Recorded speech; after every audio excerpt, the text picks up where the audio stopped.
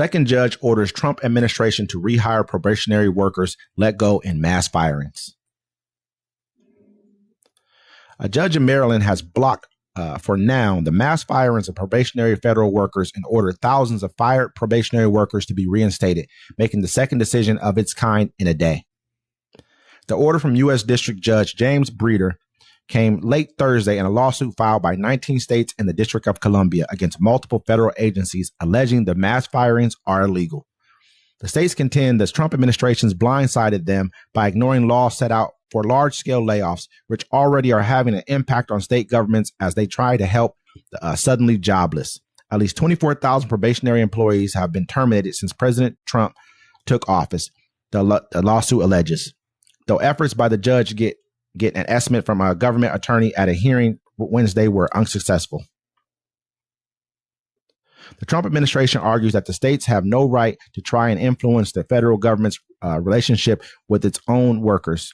Trump, a Republican, has said he's targeted fraud, waste, and abuse in bloated federal government. So basically, basically what happened was the courts have ruled that Doge, they're not really part of the government. They weren't elected, so he's not allowed. Elon Musk is not an elected official. He doesn't have the authority to fire anybody. That's basically what the judge said. That's why everybody gets to go back and get their jobs back. For me, I'm out. You know what I'm saying? You don't get to fire me and then call me 5 days later like, hey, we need you to show up to work tomorrow because we made a mistake. No, you didn't. Because now I'm going to sue you. And I'm going to get my money. I'm going to get enough money where I don't have to work for you. Because this is messed up. It's crazy. So many people are heartless. Oh, well, some of them don't do anything. These people don't do this. You don't know what any of these people do. At all. You know what I'm saying? That's not on you. Like, if he takes away your job, you're going to be like, I'm going to say the same thing about you. Oh, they don't. People here at the shipyard, they have jobs over there and they're losing their jobs. They're about to. And people are like, well, some of them don't do anything. You don't know these people. Mm-hmm. That's where you realize we live around a bunch of evil, heartless people. And everybody needs to take notes on who it is. I feel like it's not even that they're just, it's that they are angry at themselves. They're like, what about the Keystone Pipeline people? That's an independent company. That has nothing to do with the federal government. What we're saying is we don't want you. I know people who right now we're going to have their land taken away by the Keystone Pipeline. They're going to eminent domain your land, take it from you for a Canadian company to come and commandeer your property and then run their pipeline through your property, which will eventually cause spills, ruin waterways, ruin water that we use for drinking and everything else, ruin the environment. But you want to defend that like that's a good thing. I mean, well, at the end of the day, these are people who have jobs who work in the federal government who are actually helping what's going on in this country.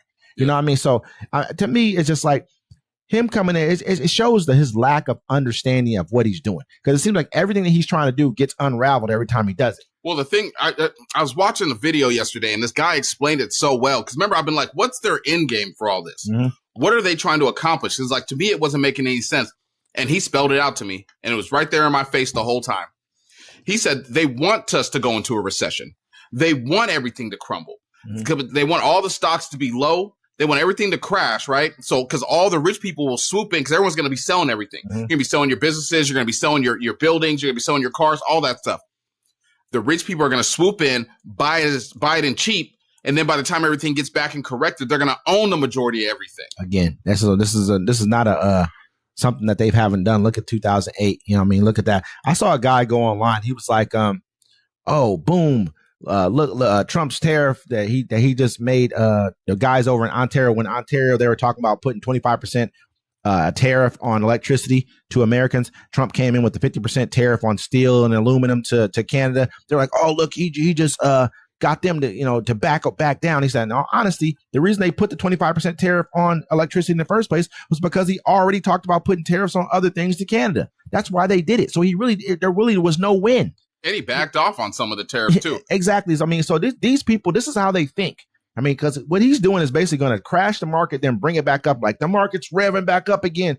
You know what I mean? Like, it's like you guys take wins that are not real wins. You guys are taking on, like, if I come in and I break something, then I fix it to being back to kind of what it was, but it's not fully what it was. Did I really fix it? Well, it's like sports fans. They'd be like, yeah, we're winning. Then when they start losing, they'd be like, they suck. It's not we no more. Mm-hmm. But you know what I'm saying? A lot of people, I mean, it's fun. A lot of people are going to root for him regardless. You know, during COVID, everyone turned into their internet selves. Mm-hmm. You know what I'm saying? And let me explain that to you people. Before we had like decor and manners and stuff, we go out in public and some people wild out, but mostly we'd be cordial with everybody. You know what I'm saying? But then everybody got stuck inside their house for a year. And your internet self is way more wilder than your public self. But everyone's internet self, public self turned into their internet self. So now people don't, like, if someone's like, even if a Trump person was like, you know what? I was wrong. I apologize. I made a mistake. People aren't going to be like, all right, cool, man. We understand you made a mistake. Let's make a difference. They'll be like, that's what you get, motherfucker. You ain't shit still. They're going to rub it in their face. So people would rather just double and triple down than admit that they're wrong. And we're just going to have to live in those kind of times. But that's always been easier. We all know people have been like that for a very long time, especially these guys. They're not going to ever admit they're wrong. They're going to consistently try and ride out whatever he says as being law. They have to. You're too bought in. You bought the hat. You got the flag. You wrapped your truck. You got the stickers all over it. You know what I mean? You did everything. You're bought into this. You got the t-shirts. You know what I mean? So it's like they won't ever. How can they admit that they're wrong? That means they've admitted that years of your life have been wasted. Years. You've been lied to by your media. I mean, worshiping a person who is not worth you worshiping has not brought anything good to the table. I'm not going to say that. I mean, okay, I won't say anything good. There's probably little redeemable factors, but not redeemable to the fact of where he should be sitting in the White House. It should never have happened, but it's here now. So now let's deal with it. And we're dealing with it. The market's probably dropped almost 4,000 points. I mean, trillions of dollars have been shaved off of your 401k. You know, I mean, look at Elon Musk has to go and have the president sit on the White House lawn with him in hot cars. You know what I mean? Hey, look at this vehicle right here. What happened? Elon Musty? You talking about Elon Musty, right? Sitting there on the front line with his son there, and they're trying to sell used cars and stuff. Trump's like, "Hey, I'm buying one. You gonna buy one?" He didn't even drive. And Sean Hannity's on the news like, "I'm buying one too. I just ordered it." Show your patriotism, folks. Go buy yourself a Tesla. All right, you can't afford the eggs because those prices really didn't go down. You can't afford your electricity, but go make sure you go get a Tesla because you got to charge it somewhere, right? While you're waiting to eat lunch because breakfast is out the window. Let's remember who his base is, though. His base, we look at the they ain't got no electorate. money. Not the majority of them. You know what I mean?